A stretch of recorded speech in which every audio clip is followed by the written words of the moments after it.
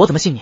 楚风问，爱信不信，小子，你别以为本大爷看不出来，这阵法你只能停止，无法主动催动，待着阵法停止，只要本大爷不杀你，又不逃，阵法便不会触发，那个时候你可什么好处都别想从本大爷这里得到。那头猪倒是不笨，他竟看穿了这阵法。楚风则有些无语，这头猪怎么好像诸葛不太稳定似的，刚刚还卑微无比，转眼又强势霸道，但楚风却不吃他这一套，而是道，你以为我稀罕？既然你这么有骨气，那就自己等到阵法结束吧。楚风道，你不是修武者吗？不想提升修为？那头猪诧异，当然想，但小爷我吃软不吃硬。楚风道，那头猪立刻变了嘴脸，风爷爷，是小的刚才不对，您别一般见识，正所谓冤家宜解不宜结，咱们合作，好处多多，这还差不多。楚风捏动法诀，收起阵法，说说吧，你有什么本事，帮我提升修为。而阵法解除后，那头猪刚刚的卑微模样又立刻消失，他这态度那叫一个收放自如，并且还人摸猪样的，用2只后腿提子撑起身子站起来了。本大爷的本事你刚刚应该见识到了，别看本大爷现在的模样像头猪，那是因为本大爷的实力还未恢复。那头猪说道，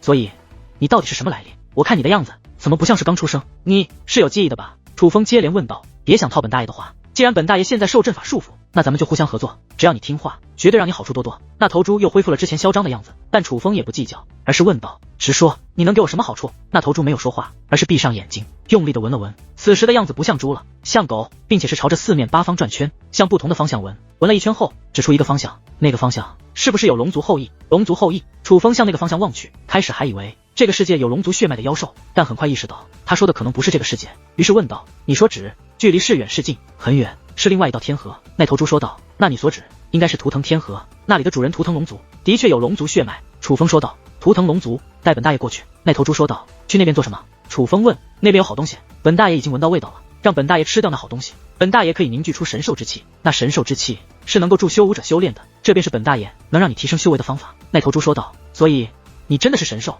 楚风问，你以为呢？那头猪说道，吞天猪。楚风问，本大爷是吞天麒麟？那头猪就正道，你果然有记忆，不妨说说你这头吞天麒麟到底有何能耐？楚风眯起双眼，有什么记忆？神兽的力量岂是等凡人能知晓的？这是传承，天生就具备的知识，你懂个屁！那头猪解释道，你就是有记忆，别装了，你是不是远古时期的存在？楚风问，小子，别废话，你到底合不合作？那头猪问，你所说的东西是天才地宝，还是图腾龙族的族人？楚风问，当然是天才地宝，本大爷可不滥杀无辜。楚风说道，天才地宝可以去看看，但有前提，若是无主之物自然可以，但若是有主之物可不能动，因为图腾龙族是我朋友的家族。楚风说道，哟，看不出来你朋友还挺广。那头猪说道，朋友不多，但个个不错，走吧，别再耍花样，不然接下来的阵法强度可够你受。楚风说道，知道了知道了，等一下别动。那头猪说话间化作一缕金色气焰直奔楚风而去，但这一次阵法没有浮现，因为那头猪没有逃跑，也没有伤害楚风，而是化作一个金色的徽章落在了楚风衣服的胸口处，那徽章的图案就是那头猪，但不得不说，当它化作较小的徽章后，看起来倒是可爱多了。啥意思？楚风问。啥意思？本大爷总不能跟着你跑吧？本大爷又不是你的宠物，这样方便点，也方便本大爷观察情况。那头猪说道，所以你变成这东西，我一点好处都没有。楚风问，你想要什么好处？咱们是合作关系，你先给本大爷好处，本大爷再给你好处。另外，刚刚本大爷不出手，你可就要被那只圣兽吃了，本大爷救了你一命，你现在还欠本大爷一个天大的人情。那头猪说道。楚风有些无语，因为这头猪虽然给人的感觉有些无赖，但说的其实也不无道理。刚刚虽说他不出手，楚风也能脱困，但就要浪费秦九大人那道厉害的符。这头猪的出手的确是帮楚风省下了那道符。随后楚风便催动此地的传送阵，直接动身，但并没有直接前往图腾天河，而是前往了九天秘的所在的世界。毕竟通过九天秘的，楚风的传送速度会更快。小子，你是不是搞错方向了？本大爷怎么觉得距离越来越远了？从传送阵出来后，那头猪问道。走个捷径。楚风说道。捷径？虽说你这个年纪能有这个修为着实不弱，但抛开年纪不谈，你这个修为可不咋地，你能知道什么捷径？那头猪显然有些看不起楚风，楚风也不过多解释。赶路一段时间后，壮观的九天秘的也是映入眼帘。小子，你不会要去那里吧？那里好像是一处禁地，是有主之的，有人守着，你的修为过不去，距离还很远。那头猪看出了7届圣府的结界不简单，可楚风却没有止步的意思。小子，你别乱搞啊，本大爷还没活够呢，咱们现在只是尝试合作的关系，本大爷是在对你进行考核，要看你够不够格。你要是行事如此我行我素，本大爷可要考虑终止与你合作了，大不了本大爷再等个几万年，等你老死，本大爷就是自由之身。那头猪有些慌了，因为楚风距离九天秘的越来越近，而在靠近一定范围之后，楚风法诀捏动，一股强大的传送之力覆盖楚风。楚风无视7届圣府的结界，直接进入九天秘的之内，并且直接来到了主宰石碑以及8道星门所在的位置。来到这里，楚风抱拳施礼，前辈晚辈来叨扰了。楚风是对那只笔说的，因为他没见到神眸女子，还以为那只笔是这里唯一的存在。但没有得到回应。于是楚风直接转身进入了图腾星门。此时楚风进入传送隧道之内，而看着如此快速的传送隧道，化作勋章的猪不由再度开口：本大爷果然有眼光，刚看到你，本大爷就知道你不是一般人，看来咱们的合作会非常愉快。而楚风刚走，神眸女子便出现了，同时那支笔也出现了，只是此时那支笔没有在神眸女子身后，而是以小女孩的形态出现在了神眸女子旁边。主人，刚刚楚风胸口那个勋章好像有特别的气息。小女孩说道，那是一只神兽。神眸女子道，神兽。听到神兽二字，小女孩也很意外，神兽怎么会在楚风身上？他会不会是被利用或者被附体了？那神兽的力量受到了极大的压制，应该是不得已才跟着楚风。神眸女子道，可神兽生性高傲，尤其鄙夷人族，除非实力真的比他强大，不然不会臣服任何人族。楚风就算天赋再好，可终究现在修为有限，这神兽多半不怀好意吧？小女孩问，是好是坏与我们无关，那是楚风的命数。神眸女子道，虽嘴上这样说，目光却一直盯着那道星门，她似乎也很想知道那神兽为何跟着楚风通过9天密的星门进行传送。楚风很快便来到了图腾天河，可刚从传送阵内走出，楚风便听闻了2个消息。第一个是关于9天之巅的事，楚风有些惊讶，自己被9天之巅邀请，毕竟抛开7届圣府的事情不谈，楚风的修为其实还没那么强。不过相比之下，他惊讶于同样被邀请的仙喵喵和王强。9魂天河的仙喵喵无疑就是他所认识的那个了。至于神体天河的王强，会是同名同姓的陌生人吗？还是真的是自己的好兄弟王强？若是这个王强出现在其他天河，楚风可能觉得只是名字相同的巧合，可神体天河就不一定了，毕竟王强可是拥有4凶神体，据说那是排名第10的天赐神体，再加上王强的天赋，只要神体天赋真是人才，王强必会得到重用。当然这也只是楚风的猜测，同样也是楚风的心愿，他倒是希望能见到王强，因为是血魔尊的缘故，楚风其实还挺担心王强安危的。当然楚风没有抱有太大期望，仍有很大几率，只是同名而已。所以眼下相比于王强，楚风更担心的是龙城宇和龙木溪，因为他已经确定图腾龙族发生了叛乱，并且叛乱已经结束，如今图腾龙族已经换了新的领袖，这种情况下龙城宇等人可就生死难料了。小疯子，你怎么这么爱听闲事啊？差不多得了，该动身了。吞天麒麟开口了，不明缘由的他只知道楚风从传送阵出来后便一直听着旁人交谈，还以为楚风只是喜欢听闲事，所以才听了这么久。你有所感应？楚风问。当然有，东南方向。吞天麒麟道。而吞天麒麟所说的方向刚好是图腾龙族所在的方向，楚风也正想去图腾龙族打探一下关于龙城宇等人的情况，于是楚风便立刻再度踏上行程。与此同时，在7届圣府内看守圣兽蛋的那位圣级长老已是率领其他众长老不仅回到了7届圣府之内，并且已将事情的经过全部告知了7届圣府府主。7届圣府府主倒也没有责罚他们，因为他清楚界灵仙王的阵法，那些人的确没有办法。眼下他已让众长老全部退下，独自一人待在大殿之内，他脸色阴沉，一言不发。本来他也觉得楚风可能已经死了，但不仅没死，反而将他们7届圣府孵化了3万年的圣兽蛋给毁了。要说不怒不憋屈，那是不可能的。自打他掌管7届圣府以来，7届圣府还没发生过这么丢脸的事，可偏偏这个让他7届圣府丢脸之人，还是他所最厌恶之人，他怎能不气？忽然殿门打开，2道身影进入大殿之内，这2位乃是啸天道人以及7届圣府的那位兽影界灵师。尽管上次啸天道人说找不到楚风的踪迹，但7届府主还是让兽影界灵师跟着啸天道人，以方便联系到啸天道人。这2位就是他召唤过来的。府主大人，这2位进来后先是恭敬的施以一礼。啸天道人，你的鼻子不灵了吗？7届府主问。府主大人，贫道最近没生病，鼻子没什么问题。啸天道人说道。没问题，那楚风根本就没死。7届府主语气之中也有难以掩饰的怒意。没死？听闻此话，啸天道人明白了什么，于是赶忙捏动法诀，鼻子快速抽搐。很快他脸色也是一僵，竟然真的活了过来。可知道他在何地？7届府主问。回府主大人，他在图腾天河。啸天道人说道。是在前往图腾天河的路上吗？7届府主问。不是，是已经在图腾天河了。啸天道人说道。啸天道人，你的鼻子是不是真的坏了？7届府主怒声问道。府主大人，贫道的鼻子真的没问题啊，之前定然是那楚风身负重伤，命不久矣，所以贫道才嗅不到他的气息，但想不到这小子如此命大，竟然活了过来。现在贫道已经能够嗅到他的气息，他的确还活着。啸天道人说道。老夫自然知道他活着，不然也不会叫你来，但他不可能在图腾天河，你再仔细查探一下。7届府主道。毕竟按照看守圣兽蛋的长老所说，楚风就算离开了，也应该还在7届天河的范围呢，怎么可能这块就到了图腾天河？见状，啸天道人也只得再度尝试，并且这一次啸天道人足足嗅了2个时辰，从那满头大汗的样子看得出来，他费了不少力气，可是嗅完之后他却有些不敢说话了。究竟在哪？说呀！7届府主问。啸天道人先是擦了擦汗，这才说道。府主大人，真的在图腾天河？没错啊，不可能，他不可能在图腾天河。7届府主道。啸天道人也不知该如何解释了。啸天道人，那件东西你是不想要了吗？7届府主问。当然想要，但府主大人，贫道真的没说谎，楚风如今就是在图腾天河。府主大人，您为何如此断定他不应该在图腾天河？难道是您有他的消息吗？啸天道人问。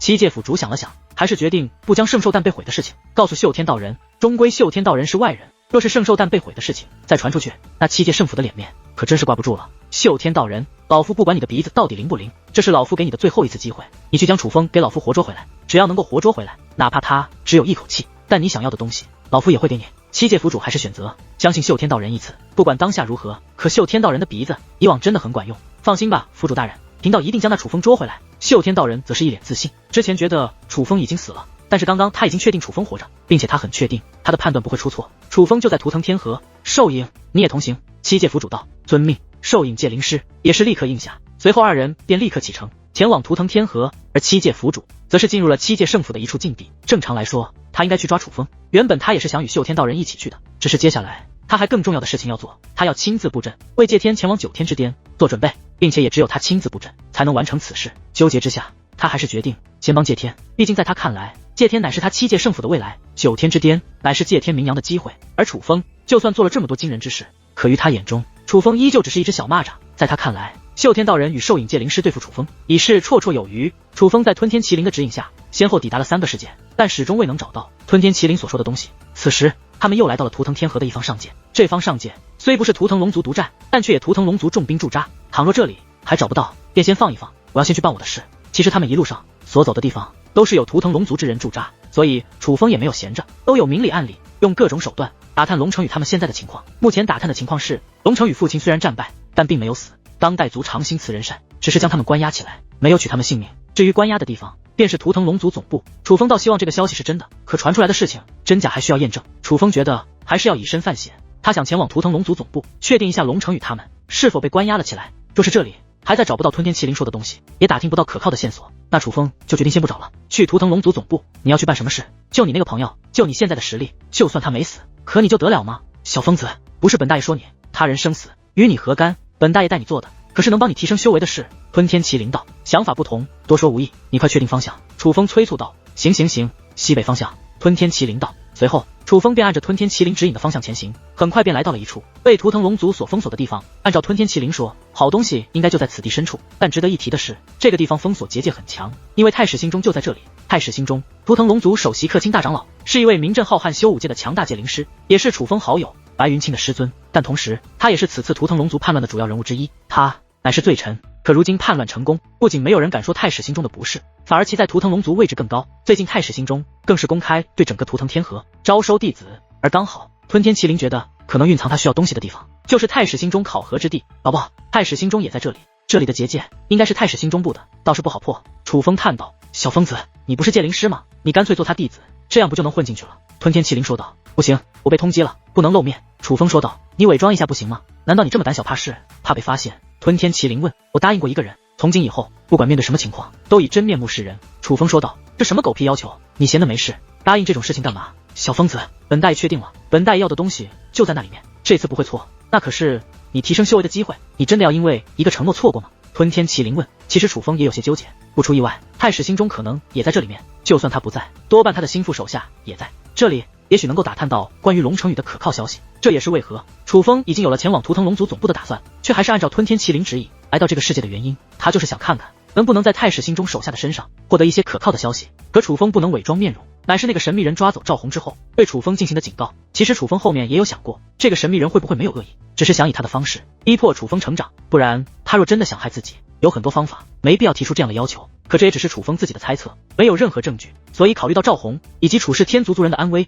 楚风还是一直按照那位的要求行事，哪怕遇到再危险的情况，也没有隐藏面容，而是以真容示人。这也的确大大增加了楚风面对风险的可能。小疯子，你不是得罪了那什么七界圣府，他们也在找你吧？你总要修炼，总要接触别人，不可能一直隐藏自己，总要面对人的。那你不伪装面容，你以后怎么办？难道等着被抓，还是放弃修炼？见楚风犹豫，吞天麒麟又接连问道。而其实吞天麒麟所说，楚风也都想过，确实他要为朋友家人考虑，但前提是也要先保证自己的安危。现在他面对的可是七界圣府，目前浩瀚修武界最强大的势力，并且还是界灵师势力。七界圣府的底牌他根本就不清楚，也许必要时刻，楚风也只能违背那位神秘人的要求来伪装面容了，并且可能还不是偶尔，而是要经常了，就相当赌一把，赌那位神秘人不是真的想害他，就算他没有听从那位的要求，那位也不会真的害赵红他们。可忽然楚风神色一动，他看到考核的地方有一个界灵师被赶了出来，这个人身穿界灵长袍，头戴兜帽，看不到他的脸，林丹能够从界灵长袍映射的纹路看出他拥有龙变五重的修为，但气息却很弱，修为也很不稳定。最主要的是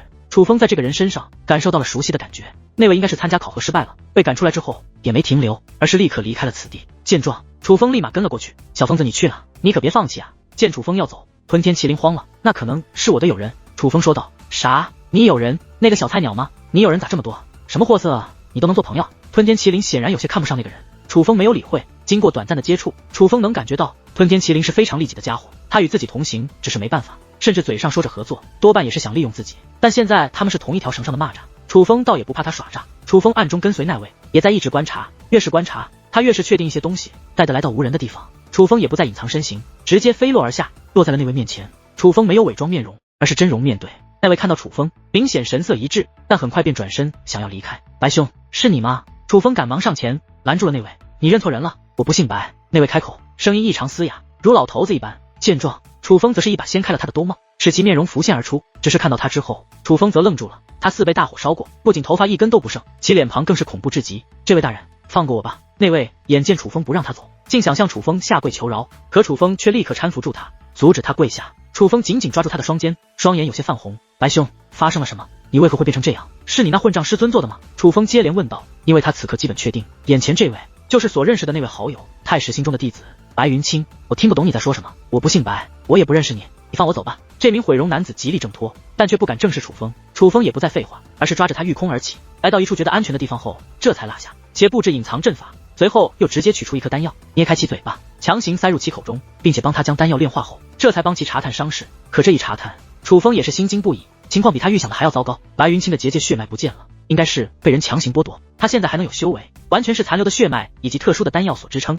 可那丹药药效虽强，实际乃是毒丹，这样下去他必死无疑，甚至时日无多。白兄，若是我遭遇不测，你会置之不理吗？楚风问。楚风这突然间的话语使得男子一愣。我知道你不会置之不理，所以换作是我也是一样。告诉我究竟发生了什么，我能帮你，就算现在不能，日后也定能。你总不想就这样死了，然后让那对你犯下罪孽之人逍遥快活吧？楚风问。听到这里，男子的身体开始微微颤动，他动摇了。楚风大哥，对不起。男子低头，声音很小，但却满是歉意。尽管他的声音还是异常沙哑，可他终于承认了自己的身份，他就是白云清。白兄，告诉我究竟发生了什么？楚风问。怪我自己，当初没有听你的劝，轻信了那个混账，都是我自作自受。白云清浑身颤抖剧烈，那是愤怒，也是自责。果然是太史心中吗？究竟怎么回事？楚风问。他早就察觉到了太史心中不对劲，但因为没有证据，当初也只是提醒了白云清。随后白云清告知了楚风事情的经过，果然是太史心中做的。原来太史心中有一个儿子，本世界灵师天才，他仗着有太史心中撑腰，为非作歹，做过不少恶事，但浩瀚修武界高手如云，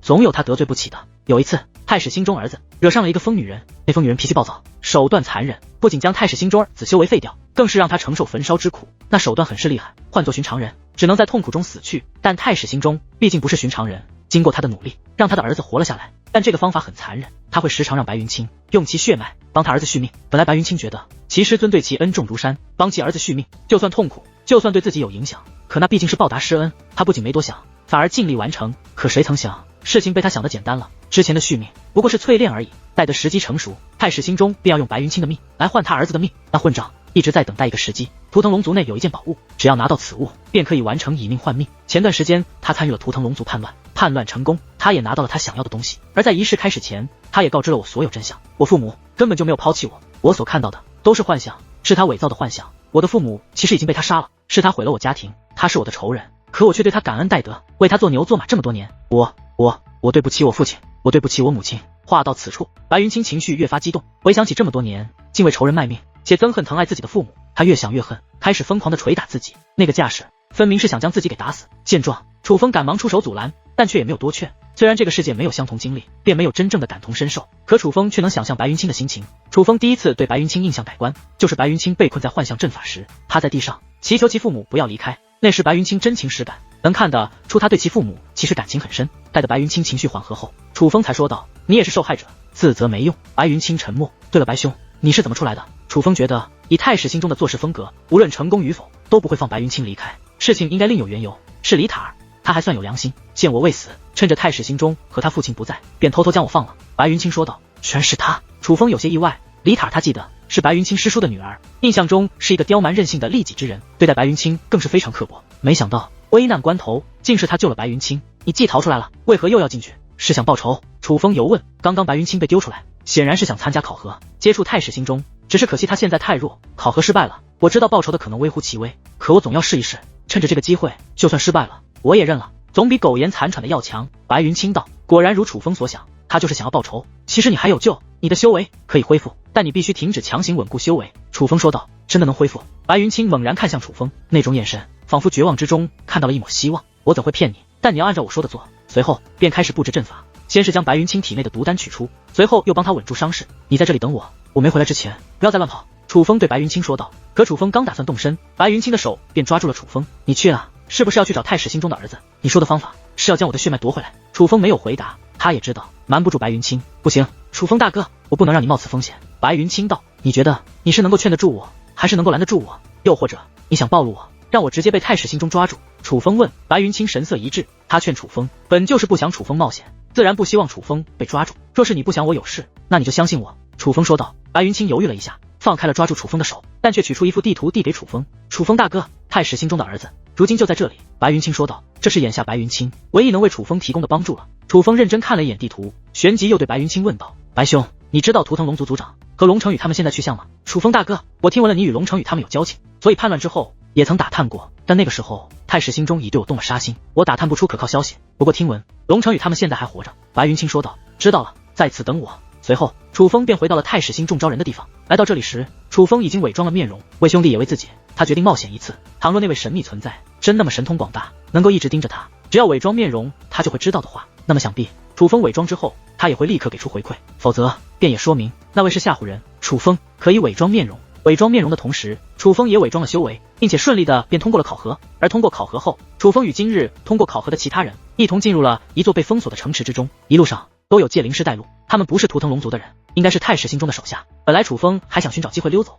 可是很快发现他们行驶的路线竟是向太史心中儿子关押的方向而去，看来不用溜了。楚风意识到了真相，再看同行的那些兴高采烈的人，不免有些同情。原来他们并不会成为太史心中的弟子，只会成为太史心中儿子的牺牲品。太史心中竟以招收弟子为幌子，为其儿子挑选牺牲品，此人当真罪孽深重，不可饶恕。小子，你被人盯上了。忽然吞天麒麟的声音在耳边响起，听闻此话，楚风也是立刻张开精神力，认真观察之下，果然隐隐间察觉到好像有一道目光在看着自己，对方隐藏得太深，若不是吞天麒麟提醒，楚风甚至不能确定这目光是否存在。前辈，你能感觉到他是何修为吗？楚风问。现在知道叫前辈了，不叫本大爷猪了。吞天麒麟有些不屑。前辈，咱们可是一伙的，计较那么多干嘛？你看我也没计较，你之前想杀我啊？楚风说道。你还没计较，你可没轻折磨本大爷。小子，你已经被盯上了，本大爷也没那个能力帮你，你这就叫不听大爷言，吃亏在眼前。讲义气是要付出代价的，你自求多福吧。吞天麒麟此话说完便闭口不谈了。于是楚风意念一转，开始沟通神路。前辈，楚风问。楚风，本神还未恢复，暂时要靠你自己。神路倒是给出了回应，只是这个回应却与先前一样，还是要靠楚风自己。但楚风倒也不太慌，先不说自己有秦九的那道符，并且还有其父亲的守护阵法，这段时间虽然一直在赶路，可楚风其实也没有闲着，不仅有钻研如何能最大发挥那7界铸魂香的力量，也有运用手之梦魇更深层次的掌控其父亲置于其体内的守护阵法，并且已经确定其父亲的武力阵法不仅威力强大，某些方面来说甚至比结界阵法还要厉害。只是可惜，无论是秦九的符还是其父亲的守护阵法，都只能使用一次。楚风是轻易不想用，才询问神路能否帮忙。但若说怕，有这2张保命底牌的楚风，真的是一点都不怕。穿过层层结界门后，楚风等人被带到了一座大殿之内。来到这座大殿，楚风便已经基本确定，接下来等待他们的没什么好事了。因为这座大殿深处有一道门，按照白云清给楚风的地图，太史心中的儿子就在那道门的后面。你们先在此等候。一位长老离开，应该是去通报什么，其他的长老则是留下看着楚风他们。但是这些通过考核的人显然都没有发现事情的不对，一个个的脸上还都洋溢着难以掩饰的激动与喜悦，可能已经一开始憧憬美好的未来了。他们完全不在乎太史心中背叛了图腾龙族族长，参与了叛乱这件事，反而非常期待能够成为太史心中的弟子。这座大殿内的2侧摆放着不少雕像，雕像都被阵法封锁，但实际上那不是雕像，而是以特殊阵法制作成的标本，他们曾经都是活生生的存在。哇去，这不是太古凶兽龙息凶兽吗？忽然一位戒灵师来到了一个标本面前，见状其他戒灵师也都凑了过去。此标本是一个高达10米的蜥蜴，这只蜥蜴4人般站立，身上的鳞片分为黑色和暗绿色，黑色为底，暗绿色较为突出，宛如铠甲一般附着全身，看上去宛如士兵一般，非常霸气。楚风早就注意到了这个标本，乍一看这个标本无论体积还是外貌凶狠程度都不如此的其他凶兽标本，可楚风却能察觉到这只凶兽生前应该很强，是这些凶兽中最强的。这真的是龙息凶兽制成的标本吗？其他小辈戒灵师们也纷纷议论道，此乃太史心中大人收藏之物，岂会是假的？一位长老说道，竟然是真的啊！传闻龙息凶兽极为强大，他们源自太古时期，在这个时代初期是修武者最头疼的存在之一，但早已绝迹。想不到居然还能看到真实的。一位小辈界灵师惊叹道：“从小就听我爷爷讲过龙息凶兽，说他们与其他凶兽不同，有组织有纪律，天生穿戴铠甲，因此战力极强。想不到有朝一日竟能见到本尊，这可是无价之宝啊！”又有其他界灵师纷纷附和：“你们知道龙息凶兽为何叫做龙息凶兽吗？”见众小辈如此热情，此地看守的长老也来了兴致，不由问道：“我知道，因为龙息凶兽只要修为达到一定境界，头上便会长出龙角，而能长出龙角的龙息凶兽十分强大，据说达到了天神境。”一位小辈说道。而他此话一出，其他听闻过龙息凶兽的小辈们也是有些怀疑了。天神境，真的假的？天神境这个时代初期倒是出现过不少，可是现在根本没有天神境的强者，并且天神境的强者已经数万年没有出现过了。正因如此，天神境乃是传说，只存在想象中，但却代表着无上的力量和绝顶的强大。说这龙息凶兽强大，他们认可的，可若说他们能达到天神境，自然有些怀疑。他说的没错，长出龙角的龙息凶兽修为的确可以达到天神境，可就在众小辈质疑时，那位长老却给出了肯定的确认，真的能够达到天神境。听闻此话，众小辈再看龙息凶兽，眼神又变了，敬意更浓。那位小辈说的不信，可这位长老说的，他们却是非常的信。长角的龙息凶兽标本，太史心中大人也有珍藏，只不过不在这里。那位长老又说道：“哇儿！”听闻此话，所有小辈界灵师都是面露崇拜，从他们的表情可以看出，这不仅是拍马屁，楚风也能感觉到带有龙角的龙息凶兽，哪怕只是标本，但也应该是非常珍贵的。过了片刻后，先前离开的长老回来了，但跟着进来的还有一个满头白发的独眼老者。这个老者楚风认识，此人乃是李塔的父亲，白云清的师叔。拜见大人。这位独眼老者进来后，在场的长老都是赶忙施以一礼，而界灵师小辈显然都不认得他，但见其身份非同一般，也都是纷纷施礼。独眼老者根本没有理会，而是大袖一挥，将深处的殿门打开。而看到深处大殿的景象之后，所有人都是神色变化，脸上没有了之前的喜悦与轻松。那大殿墙壁各处都布满了复杂的结界纹路与符咒，十分些诡异。而大殿中间有着一个池子和一口棺材，以及一些坛子。池子与棺材相连，棺材是透明的，虽防御力量不强，但却蕴藏特殊的力量，并且棺材的四边贴满了符纸。棺材内竟坐着一名男子，他浑身都被火焰烧伤，火焰留下的疤痕遍布全身，看着甚是吓人，并且他大口大口地喘着粗气，看待众人的眼神就像看待猎物一般，竟莫名兴奋。这样诡异的一幕，任凭是谁看到都感觉到了不对，但众位界灵师小辈还抱有一丝期望，以为事情没他们想的那么糟。很快，独眼老者打开7个坛子，分别有不同的液体涌出注入池子之内，虽是7种颜色，都散发着腥臭味，那都是血液，不仅有人类的血液，还有其他种族的血液。大人，这是做什么啊？那些人慌了，开始纷纷询问。其实他们不傻，都看得出来眼前的场面非常邪门。进去，独眼老者说道。众人脸色铁青，吓得不知如何是好。这位乃是太史心中大人的亲生儿子，他身患重病，需要你们来帮他疗伤，这也是你们最后的考核。你们踏入池子，顺从阵法力量，只要有人能够让太史心中大人儿子病情缓和，就可以直接成为太史心中大人的弟子。独眼老者指着池子说道。听闻此话，众人还是有些犹豫，若想放弃的，可以直接离开。独眼老者指向了敞开的殿门，见此情形，有人咬了咬牙，随后竟真的跳入池子之中。见状，其他人就像害怕错失先机一般，也是纷纷跳入池子之中。看到众人如此，楚风摇了摇头，暗叹他们利欲熏心，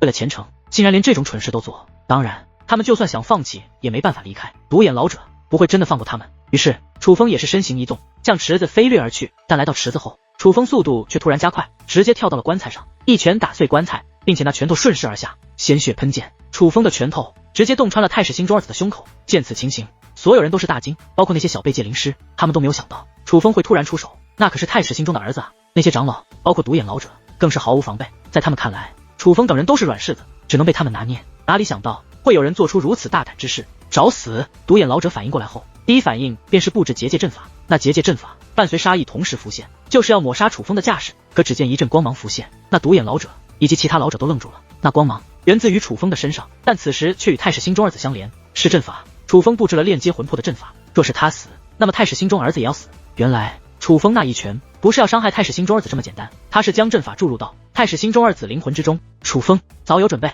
你到底是何人？独眼老者凝声问道。直到此时他才意识到，这个小辈乃是有备而来，去将太史心中叫过来。楚风说道，你到底是谁？独眼老者追问。可楚风手掌猛然握紧，那太史心中二子便发出惨叫。他本就身体虚弱，根本扛不住楚风这样的折磨。住手，不要伤害他！独眼老者慌了，他发现他根本就吓不到眼前这个小辈。立刻去！我没有耐心。楚风说道。去！见状，独眼老者也是无奈的对一位长老使了一记眼色，那位长老立刻离开。这位小友到底是何原因要做如此之事？独眼老者问道。他还想寻找机会，可楚风根本不予理会。这位兄台，你这是做什么啊？你这样可是会连累我们的。同时，竟有那些小辈界灵师的暗中传音映入楚风耳帘，他们害怕楚风此举，他们遭受连累，是想劝阻楚风，但就连劝，他们也只敢暗中传音，都不敢当着这些长老的面劝。他们惧怕这些长老，但却不惧怕楚风。对于这些蠢货，楚风根本懒得理会。很快，一位老者凭空出现在了此地。这位老者眉毛过肩，胡须过膝，而无论是眉毛还是胡须，以及头发，都是如白雪一般。虽然面容苍老，可却身材挺拔，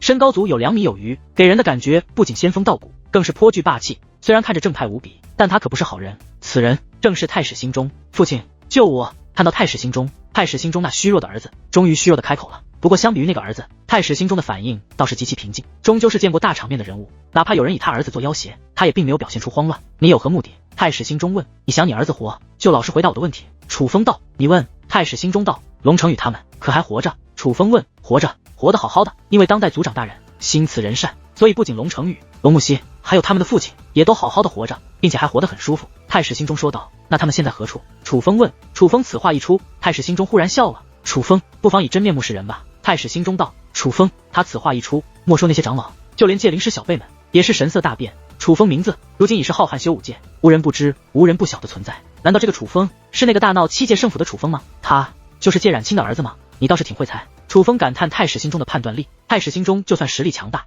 可应该看不穿楚风的伪装，他定然是猜的。可如此短暂的接触，便能有如此判断，说明这老头脑子很管用。于是楚风意念转动，伪装阵法退去，露出了真容。他竟真是那个楚风。看到楚风真容，那些小辈界灵师赶忙退到了远处，眼中浮现出了恐惧，就连在场的长老也是满眼戒备，哪怕独眼老者也不敢大意。楚风如今的威名太响亮了，他可是能在大闹7界圣府又全身而退的人，不仅身怀王之血脉，当日的天雷异象也同样惊为天人。厉害，你居然真的还活着！太史心中叹道。放心，你死了，我也都还会活着。楚风说道。太史心中微微一笑，对于楚风这种侮辱性的话语，他并未生气。楚风小友，放了我儿，我带你去见龙成宇他们。太史心中说道。放了你儿，我还能活吗？楚风问。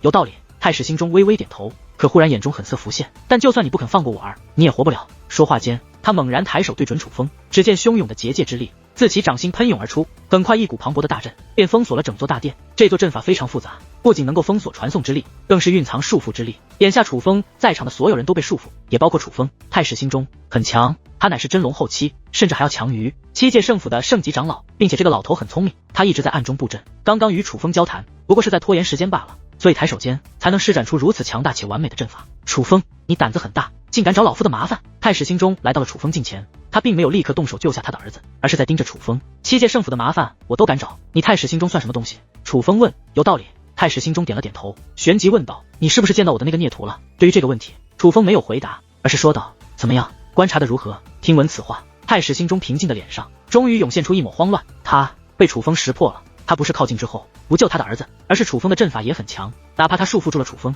却也不敢轻举妄动。他靠近不救，是没把握救；与楚风交谈，乃是拖延时间，寻找楚风阵法的破绽。可不曾想，楚风竟然看穿了他的意图。眼见楚风比想象中的难对付，太史心中也是立刻笑脸相迎。楚风小友，有事好商量。咱们两个应该是第一次见面，你我之间可是没有任何恩怨可言。而你的天赋有大好前程，没必要为了外人而断送如此前程。老夫现在也是拥有一定资源，你若闭嘴。可太史心中话未说完，便换来了楚风的一声怒斥。你这种人不可能懂得义气二字。太史心中，我不妨告诉你一件事，无论你带不带我去见龙成宇他们，你这儿子都活不了。我兄弟的修为需要你儿子的命来恢复。楚风说道。敬酒不吃吃罚酒。眼见楚风态度如此坚决，太史心中的手中出现了一张符纸，那张符纸极为珍贵，凭借这张符纸，他能切断楚风与其儿子魂魄相连的阵法。正因珍贵，他不愿轻易使用，但眼见楚风杀心一起，事关其儿子性命，他自然也不能再有所犹豫。可就在此时，忽然一声巨响，紧接着一股磅礴的武力充斥整个大殿。这武力之强，太史心中的阵法也是破碎不堪。当阵法消散之后，楚风与太史心中的儿子全都消失不见。见此一幕，太史心中表情极度难看，且立刻离开此地，想看看能不能找到线索，看是何人救走了楚风。此地便只剩下了独眼老者等一众太史心中的手下。大人，一位长老看向独眼老者，那眼神分明是在问那些小辈如何处置。先关起来。独眼老者说话间，随手布置了一座阵法，将那些小辈全部关押起来。大人，这是做什么啊？这是为何啊？见此一幕，那些人纷纷询问，但却没人理会。尽管没有获得回答，但他们却也意识到，他们好像被骗了，他们都要死了。至于楚风，他也感到诧异，他的守护阵法没有触发，秦九的符也没有使用，因为是有一个人救了他。这个人就在他的前方。楚风看不清这个人，但能看到周围的一切快速移动，是这个人带着自己前行。此人修为极强，尽管楚风自身修为还很弱，可之前毕竟催动过界灵仙王留下的印记大阵，所以楚风判断眼前之人很可能是真神巅峰，否则不可能有如此速度。当一切停止之际，楚风已经来到了一座深山之中。这片山脉很特别，并没有美轮美奂的景色，但一眼望去尽显大气磅礴。可眼下楚风没心情观察欣赏景色，他先是将太史心中的儿子关押起来，收入乾坤袋内，随后看向眼前之人，那位仍在背对着自己。按理来说，以楚风的感应力，哪怕他背对着自己，楚风也能通过精神力看清他的面容。可眼下此人距离楚风如此之近，楚风却根本看不到他的面容。他的身上应该有着特殊的宝物。楚风小友，好久不见啊！就在此时，那位转身看向楚风，而看清他的面容后，楚风也是感觉难以置信。前辈，竟然是您！楚风十分意外，没想到还能见到眼前这位可真的是一位故友了。那还是在祖武下界的时候相识的一位故友龙鳞。可是突然楚风内心一颤，他猛然想起那个图腾龙族叛乱后新任图腾龙族族长也叫龙鳞。前辈，难道你就是当今图腾龙族族长？楚风问道。对于这个问题，龙鳞淡淡一笑，我听闻过你与图腾龙族的关系不简单，但楚风小友，我们也算朋友吧，并且一定比你认识他们早，你应该不会为了他们对我动手吧？龙鳞笑着问道。此时楚风内心有些复杂，虽说与龙鳞交情不深，甚至可以说是两不相欠，毕竟楚风是帮过龙鳞的，但龙鳞当初的确也帮过自己。若真是陌生人，一切都好说，可这种旧相识，楚风的立场确实尴尬。前辈，他们真的没死吗？楚风问。太史心中没骗你，他们都好好的，舒舒服服，你认识的人应该一个都没死。龙鳞说道。他们在哪？能带我去见他们吗？楚风问。当然可以，你看那里。龙鳞说话间指向远处，那里原本只是正常的景色，可是龙鳞一指，竟出现了一道贯穿天地的大门，而伴随龙鳞拿出一道特殊的令牌，随后法诀捏动，那道大门变成了透明之色。因此楚风能够看到，在那大门之内果然有着很多道身影，那都是图腾龙族的人，不仅有图腾龙族族长，还有龙成宇、龙木西以及诸多熟悉的人物。通过这道门，楚风能够确定他们都是本人，并且除了图腾龙族族长以及一些长老身上有伤外，小辈们身上连伤都没有。他们所在的环境也很好，是宝物打造而成的小天地，所有人的身上都没有锁链，可以在那片小天地内自由活动，只不过终究还是被囚禁了。再加上族内动荡，所以他们的精神都很糟糕，所有人都是萎靡不振的样子。看到他们都还活着，楚风虽是松了一口气，可看到他们如此模样，心里还是有些酸楚。属于自己的一切被他人所夺，自己则沦为阶下囚，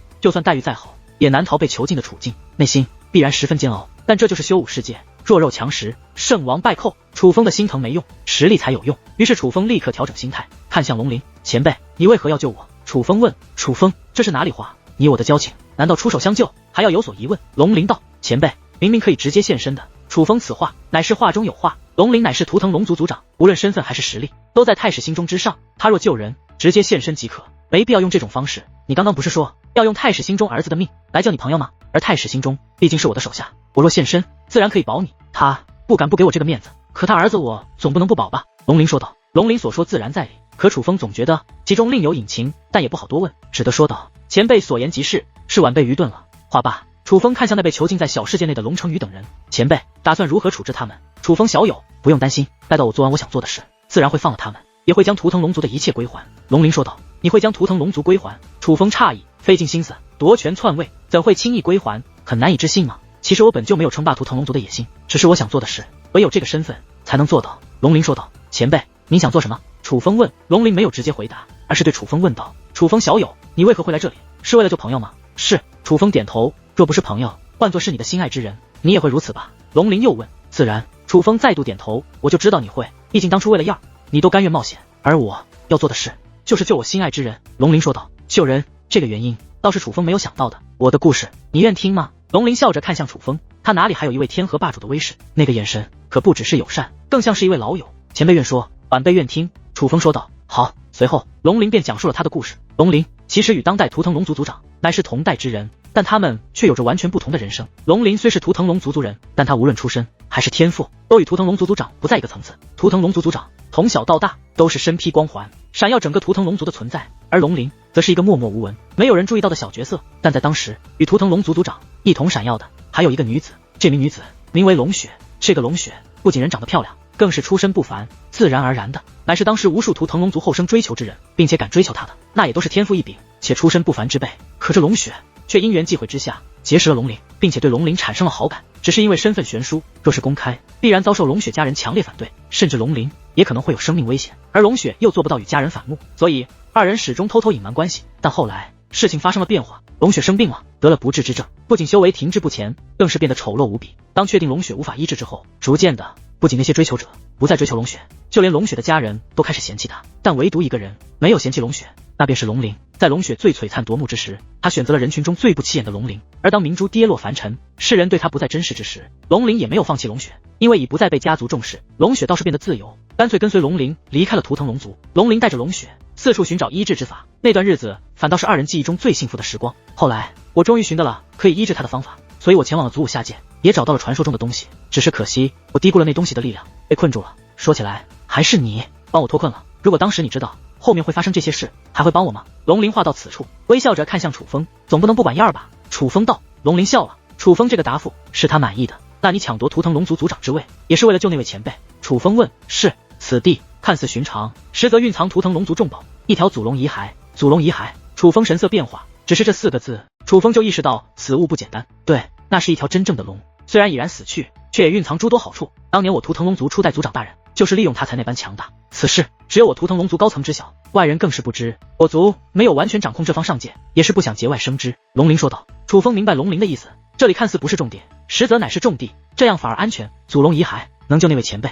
楚风问。祖龙遗骸内的龙髓能救雪儿，但这条祖龙遗骸乃图腾龙族象征，初代族长曾下令任何人不许碰祖龙遗骸，所以我若要动它，便只能成为图腾龙族族长，成为图腾龙族的主人。龙鳞说道。那你若成功救了那位前辈，当真会将图腾龙族族长之位归还？楚风问。龙鳞没有直接回答，而是笑了，意味深长的笑容，意味深长的看着楚风。我一个资质平庸之辈，凭什么能有今日修为？龙鳞问。前辈定然有前辈的奇遇，而且前辈能修炼到今日修为，也足以说明前辈并非平庸之辈。楚风说道。好，说得对，尽管当初认识之时，我便已经发现祖武下界容不下你，但当时的我无论如何也没有想到你会成长到这种地步。不过就算抛开修为天赋不谈，只凭你的见识，就有这个资格走到这个位置。楚风，你也配得上界染青之子的名号。但其实我有点好奇，你的父亲也不简单吧？毕竟当日你引起天雷异象，同样惊畏天人，我能否知道你父亲究竟何方神圣？龙鳞问道。前辈，不是聊你，怎么说到我身上了？楚风道。哈哈，对，聊我。龙鳞笑了笑。你说的对，我有奇遇，也有天赋，但能够到今日的地步，我也付出了代价。我时日不多了。龙鳞说道。前辈，您是指？楚风有些意外，就是你想到的那个意思，但我终究是图腾龙族族人，我不想我死后图腾龙族因我而四分五裂，更不想图腾龙族因我而衰败，将图腾龙族族长之位物归原主，是我一开始就计划好的。龙鳞说道。那前辈拿到前辈想要的东西了吗？楚风问。拿到了，但有些麻烦。话到此处，龙鳞话锋一转，问道。对了，你知道我怎么找到你的吗？其实我也想问前辈。楚风问道。之前吞天麒麟说有人暗中观察自己，楚风本来以为是太史心中，但现在来看乃是龙鳞。龙鳞那个时候就已经发现楚风，并且在暗中跟着楚风了，但楚风那时候是伪装面容的，他对自己伪装的技巧很有自信，抛开修为不谈，他可是得到秦九真传的，所以楚风觉得龙鳞那个时候一定不知道是他。那么为何要暗中观察他？我们的事可以慢慢聊，你不是要用太史心中二子的命救你朋友，不如现在去。龙鳞问。前辈，这个不急。楚风道。其实楚风没那么相信龙鳞，毕竟楚风本身就不了解龙鳞，况且他还做出了叛乱之事，而关于龙血的事，若是真的，倒是能理解他的动机，换做楚风也许也会这么做，但真实性楚风无法确定，所以自然也不想暴露白云清的位置。至于白云清的伤，虽说的确不轻，但好在楚风已经帮其稳住，只要拿到血脉就能恢复，时间上倒是可以等一等。真的不急？龙鳞问。真的不急。楚风道。那好，坐下聊。龙鳞说话间直接盘膝坐在了地上，全然没有一个天河霸主的架子，那随意的模样就真的像一个老友一般。见状，楚风也是盘膝坐了下来。龙鳞取出了一个特殊的罗盘，罗盘很古老，也很精致，眼下这罗盘正指着楚风。前辈何意？楚风问。祖龙的龙髓我已得到，但祖龙的龙髓极为狂暴，需要淬炼之后才能给雪儿使用，而这淬炼需要用人来淬炼。龙鳞道。前辈继续讲。楚风道。寻常之人自然无法承受龙髓的力量，不仅是我无法承受，我图腾龙族的其他人也不行，后经高人指点，唯有灵魂强度达到一定程度之人才能承受龙髓的力量。这个罗盘便是那位高人给我的，专门是用来测试灵魂强度。他说若能找到这个人，龙髓便有机会淬炼，可我没见这罗盘动过，直到你的靠近。龙鳞说道。前辈是想让我帮忙淬炼龙髓？楚风问。龙鳞点头。需要怎么做？楚风问。我会用至宝将你伪装成拥有我龙族血脉之人，然后将龙髓融入那甲的血脉之内，到时就能用你的身体淬炼龙髓。龙鳞说道。不过他很狂暴，需要你适应，待得你能完全适应，他的狂暴之力便也退化，待得淬炼完成，便可为雪儿所用。龙鳞道。前辈，你能保证我淬炼了这龙髓，你将图腾龙族族长之位归还吗？楚风问。只要雪儿能够恢复，当然可以，毕竟我本来就是这样打算的。龙鳞道。你倒是愿意，那些跟随你参与叛乱的图腾龙族的族人呢？他们愿意吗？楚风问。这个你放心，我自有应对之法。龙鳞说道。希望前辈不会骗我吧？楚风笑着问道。楚风小友，我没有必要骗你。龙鳞说道。那前辈，我能进去见见他们吗？楚风所指自然是龙成宇他们。现在不行。龙鳞道。只是见一面。楚风道。楚风小友，你帮我淬炼完龙髓，我不仅让你们见面，我还会放过他们。龙鳞这话虽然是笑着说的，但却也有着一丝要挟意味。他也害怕楚风不帮他，想利用龙成宇他们来让楚风帮他。当然，楚风清楚，若是楚风不愿意，龙鳞还有其他方法逼迫自己。现在看似和谐，那是因为楚风有帮他的意愿。可换个角度想，楚风身在之地乃是禁地，龙鳞实力又如此强大，说的好听点是龙鳞不见外，邀请楚风来禁地做客，但说的难听点，楚风又何尝不是被关押了起来？那龙雪前辈呢？他在何处？我能见见吗？楚风问。他也在此地，我也正准备带你去见见呢。随后，龙鳞便带着楚风离开了此地，来到了云层之上，且在这里寻得了一座大阵，那是极为利奥的疗伤大阵，由无数天才地宝支撑运转，催动大阵的代价极为昂贵。而在这座疗伤大阵中心，有着一座云中楼阁，大阵所有力量都汇集到了云中楼阁之内。龙鳞带着楚风进入其中，看到床上躺着一名昏迷的老婆婆。老婆婆不仅浑身皱纹，更是骨瘦如柴，连头发都掉光了，但她的衣着却非常的好看，是一袭有着精致刺绣的手工白裙。不用龙鳞开口，楚风也知道这位便是龙雪。只是这龙雪的情况比楚风想象的还要糟糕。前辈，我可以查探一下龙雪前辈的伤势吗？楚风问。当然。龙鳞应允。楚风上前握住了龙雪的脉处，一番查探，龙雪的病情的确非常棘手，乃是因血脉而起，如今已经蔓延全身，并且继续下去，这代价昂贵的疗伤大阵也不能让他维持生命。龙雪的日子已经不多了，最多也就1年。龙雪的病情的确很严重，龙鳞倒是没有骗他。前辈，我可以试试，但丑话说在前头，若有生命危险，我会放弃。楚风说道。楚风小友，你愿意帮我，我已感激不尽，若真有生命危险，就算你愿意，我也会拒绝。龙鳞说道。随后，龙鳞带着楚风回到了关押龙成宇等人的地方。龙鳞让楚风在这里等他，他去取融合龙髓的物品。小子，可以啊，这图腾龙族族长居然是你朋友啊！龙鳞刚走，吞天麒麟的声音便立刻响起。对了，你之前说感应到的东西是龙髓吗？楚风对吞天麒麟问道。不清楚，但很近了，非常非常近，应该就在此地。吞天麒麟道。应该有机会见到龙髓，到时候你分辨一下。楚风说道。好嘞，想不到你这小子交友这么广泛，本大爷果然没看错你。吞天麒麟道。但楚风不知道的是，龙鳞离开后并没有立刻去准备龙髓等物，而是离开禁地，来到了一座大殿之内。他坐在主位之上，大袖一挥，殿门开启，门外跪着一人，乃是太史心中。进来吧。龙鳞道。龙鳞大人，大事不好了。进来之后，太史心中再度跪在地上，随后便将其儿子被楚风抓走的事情告诉了龙鳞。但他着重讲述的乃是楚风带了一位修武高手来，按照他的推断，那位修武高手的修为很可能是真神巅峰，否则不可能那么轻易的在他的眼皮子底下将楚风救走。但太史心中哪里知道，他所说的人就是龙鳞。那楚风便是大闹7界圣府那个。龙鳞问。龙鳞大人，正是他。太史心中说道。此人大闹7界圣府能全身而退，身后若没人保护才不正常，有何大惊小怪？龙鳞说道。龙鳞大人，此子与龙成宇、龙木西交情颇深，他此次来必然是为了救龙成宇他们。太史心中道。放心，他不可能就得到。龙鳞说话间便要起身离开。大人，此子诡计多端，不能掉以轻心，应当。太史心中还想劝龙鳞，可龙鳞忽然眼神转冷，见此情形，太史心中顿时吓得不敢说话。太史心中，我知道你担心你的儿子，但身为父亲，连儿子都守护不住，乃是你的失责。这件事你自行处置吧。话罢，龙鳞便离开了。而对此，太史心中也不敢多言，只是情绪复杂，早没了初见楚风之时的从容。楚风在龙鳞离开的时候也没闲着，因为龙鳞没有关闭那道门，所以楚风能够看到龙成宇等人。楚风一直在查探，看有没有方法打开那道门，但这道门很独特，不是简单的结界门，楚风根本无法破开，也进不去，甚至无法隔着门与龙成宇等人沟通，这可让楚风有些苦恼。其实楚风没那么相信龙鳞，龙鳞应该也没那么相信楚风，不然也不会不让楚风接触龙成宇他们。所以若是能直接将龙成宇他们救走，才是上选之策。楚风小友，莫急，只要你帮我淬炼好龙髓，我自然会让你们相见。就在楚风观察之时，龙鳞的声音自身后响起，回头观望，不得不感叹真神巅峰的强大。以楚风的感应力，龙鳞竟神不知鬼不觉的便出现在了楚风身后。前辈，你什么时候回来的？楚风笑着问道。刚回来。龙鳞说话间，大袖一挥，在其身前出现4件物品，一个卷轴，一颗珠子，一个箱子，一只瓶子。龙鳞一一介绍。箱子内乃是一件秘宝，能融入楚风体内，将楚风伪装成拥有龙族血脉之人。珠子内乃是阵法，辅助秘宝完成伪装，而瓶子内便是龙髓。至于这个，龙鳞将卷轴拿起，随后打开，顿时耀眼的光芒浮现，那上面写着6个大字：一段神境。龙息前辈，融合龙髓还需要神境武技？楚风问。当然不是，我知道你帮助我，一是看在过往情分，二是想我尽快让我你朋友们恢复自由，让图腾龙族恢复正常，但这总归是你有情有义，我自然也不能让你白帮忙，这个神境武技便当作是你帮我的报酬。龙鳞说话间，将那卷轴递给了楚风。前辈，此乃图腾龙族之物，教我修炼，有些不妥吧？楚风问道。楚风，不管怎么说，我现在还是图腾龙族的族长，我主事的时候，我手下的人不敢为难你，话到此处，龙鳞将手指向大门内那被关押的龙成宇等人。我相信日后就算他们知晓，也不会为难你。若是他们容不得你修炼我图腾龙族神境武技，那他们也不值得你结交了吧？前辈所言在理，那我便恭敬不如从命了。楚风将神境武技接了过来。神境武技何其珍贵，楚风现在的确还没有修炼过神境武技。楚风小友，现在是何修为？我问的乃是真正的修为，而不是可以提升的修为。龙鳞又问三品半神。楚风道三品半神不行，要五品半神才能修炼，不然容易反噬。